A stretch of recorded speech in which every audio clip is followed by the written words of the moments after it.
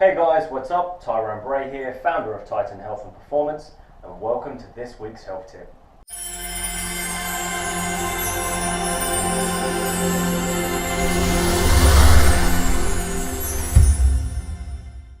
So today guys, we've got another one of our frequently asked questions for you, and today's question is, should you do weight training or cardio training first in your training session?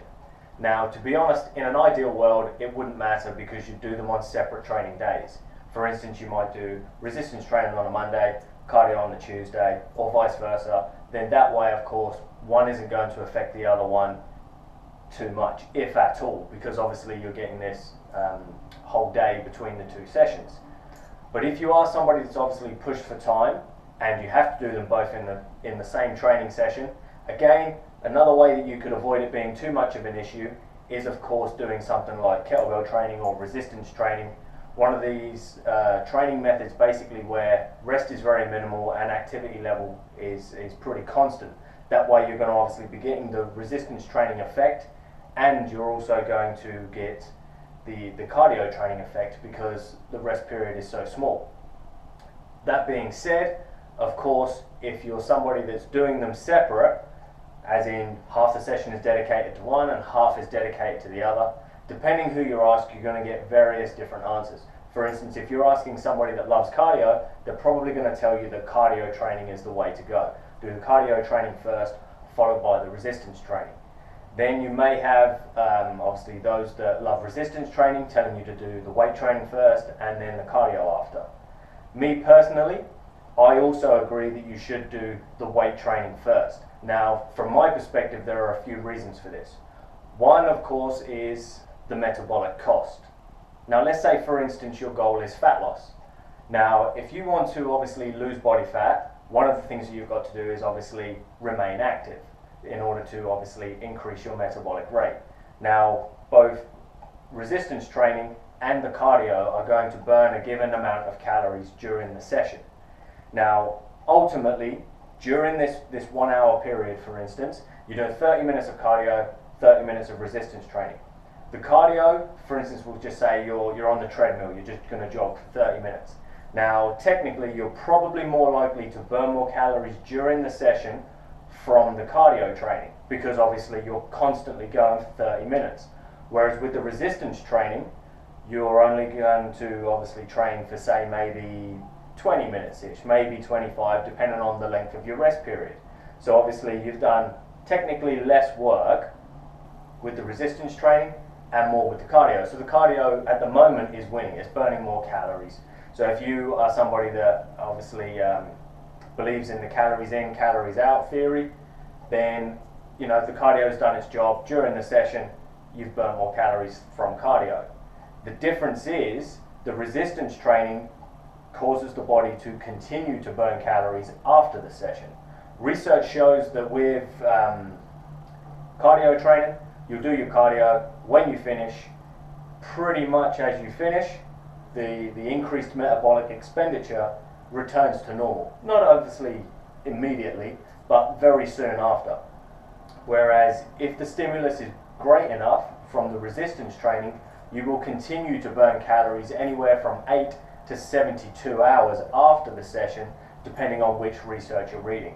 But either way, total calories expended due to this stimulus that you've created is going to be greater from the resistance training than it is from the cardio. So from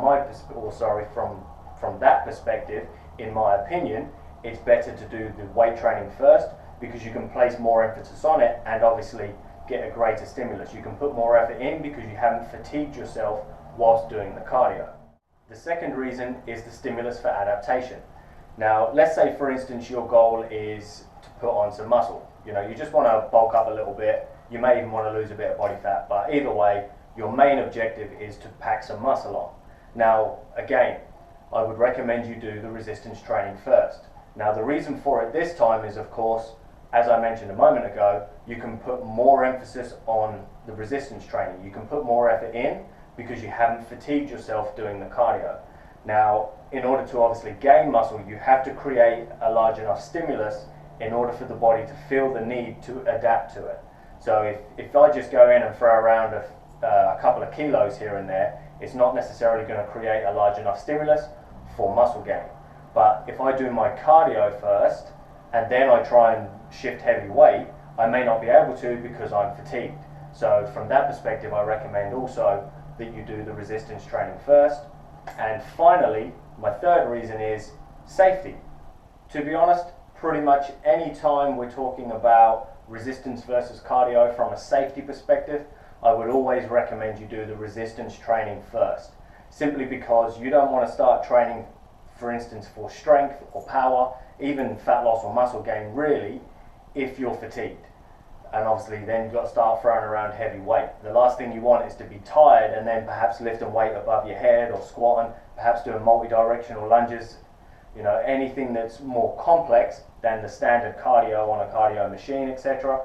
If you've got to do all these complex movements in a fatigued state, of course you're going to be more likely to injure yourself. It doesn't mean that you will injure yourself. You know, if you're an experienced lifter, then of course you may enjoy doing that. You might enjoy the additional challenge of doing these exercises while you're fatigued. And for some individuals, there is a need for that. You know, if you're a competitive athlete of some kind, then it might be a good thing for you to do that. But generally speaking, it's much safer to do the resistance training first and then follow it with the cardio, because the cardio, generally speaking, one, the intensity probably isn't so high, and as mentioned, the neurological demand isn't as high. The movements aren't as complex, and therefore it isn't going to have such a great effect on the nervous system as the resistance training would. So again, the three reasons are metabolic cost, stimulus for adaptation, and your safety.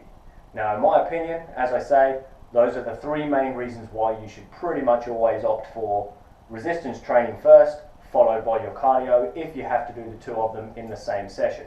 Of course, like with pretty much anything in this industry, there are exceptions to the rule, but generally speaking, that's, in my opinion, the best way to go. Resistance training first, followed by cardio. But don't forget, regardless of the resistance training or the cardio you're doing, if they're not built upon a good solid nutritional foundation, unfortunately your results will be limited. So ideally you're going to have a good solid nutritional base, then your resistance training built on, then the cardio on the top, and that way you should find that results are pretty much almost unavoidable. Thanks for watching, guys, and I'll see you next time.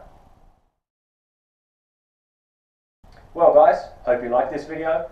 If so, why not subscribe to our channel? And of course, feel free to share this video with all of your friends or family, or anybody that you feel may benefit.